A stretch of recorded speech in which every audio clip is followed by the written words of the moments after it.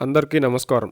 YCP అభ్యర్థులు ప్రజలు ఎంతగానో ఆసక్తిగా ఎదురుచూసిన వైసీపీ మేనిఫెస్టో ఎట్టకేలకు విడుదలైంది.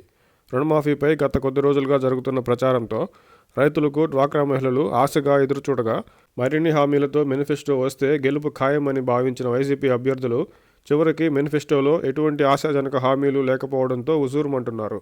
అమలు చేస్తున్న సంక్షేమ పథకాలనే కొనసాగిస్తామని చెప్పేందుకు మరొక మేనిఫెస్టో విడుదల ఎందుకు అనే ప్రశ్న ఉత్పన్నమవుతుంది. ప్రస్తుతం ఉన్న పథకాలనే కొనసాగిస్తూ నగదును పెంచుకుంటూ పోతామని చెప్పేదానికి మేనిఫెస్టో విడుదల ఇంతకాలం ఆలస్యం చేయడం ఎందుకు అనే ప్రశ్న కూడా రాకమానదు. కొన్ని పథకాలకు ప్రస్తుతం ఇస్తున్న నగదు కంటే రెండింతల వరకు పెంచుకుంటూ పోతాం అనే 2 వాక్యాలతో మేనిఫెస్టోను మమా అనిపించారనే భావన ప్రజల్లోనే కాక వైసీపీ శ్రేణుల్లో సైతం నెలకొంది.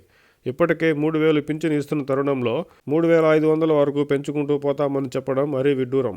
పంచడమే ప్రధాన ఉద్దేశంగా మేనిఫెస్టోలో చెప్పిన వైసీపీ రాజధాని, పోలవరం, ఇతర ముఖ్యమైన సమస్యలపై ప్రజలకు వైసీపీ నుంచి ఎటువంటి ప్రణాళిక చెప్పే కనీస ప్రయత్నం కూడా చేయలేదు. ఇక ఉద్యోగాలు, ఉపాధి అవకాశాలు, పారిశ్రామిక ప్రగతి, మద్య నియంత్రణ వంటి మరికొన్ని హామీలపై మేనిఫెస్టోలో సమాధానం కరువైంది. పంచడానికే ప్రభుత్వం ఉన్నట్టు అంతకు మించి చేసేది ఏమీ లేదన్నట్టుగా మేనిఫెస్టో ప్రకటించడం వైసీపీకి ఖచ్చితంగా నష్టం కలిగించే అవకాశం ఉంది.